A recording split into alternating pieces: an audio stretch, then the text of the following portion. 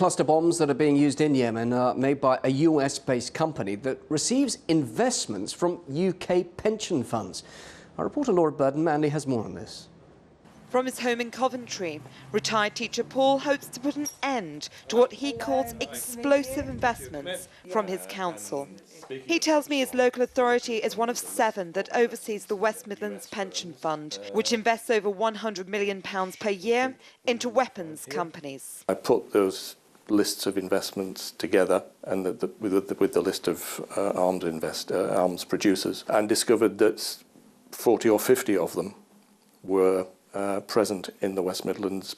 This money was coming from council tax. Paul calculated that around 25p from every person's council tax is contributed into the £10 billion pension fund. Although cluster bombs are rendered illegal in the UK, a percentage of this fund is invested in companies in the US and Asia, where the making of the bombs remains legal. We know of one is called Textron, and the other is called Singapore Technologies Engineering. Textron is a firm based in the United States and has been supplying cluster bombs to countries such as Saudi Arabia, which recently used them in its attacks against Yemen.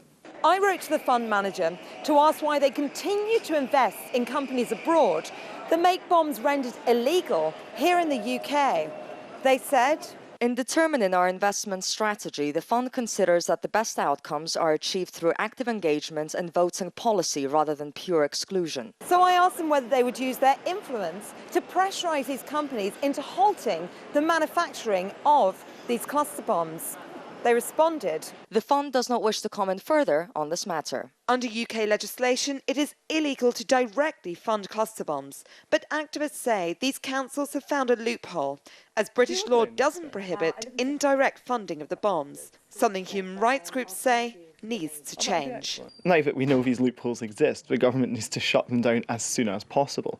But of course, part of the issue is that the government works pretty hand in hand with the arms companies as well. We know that arms company interests are always represented in the corridors of power. The deadly arsenal of cluster bombs has been deployed in Syria, Ukraine, Gaza and Yemen, and continues to cause casualties in Laos half a century after the weapons were dropped on civilians. Paul believes that because local pension investments are relatively small, less than 1% of the overall fund, it would be easy for the council to switch to more ethical companies. We have written to councillors, we have lobbied councillors, we've had face-to-face meetings, we had a petition. Though Paul has now mobilised many people from the community to stand against the funding of cluster bombs, so far it's been to little avail, as the council has shown no sign of halting investments in the deadly munitions.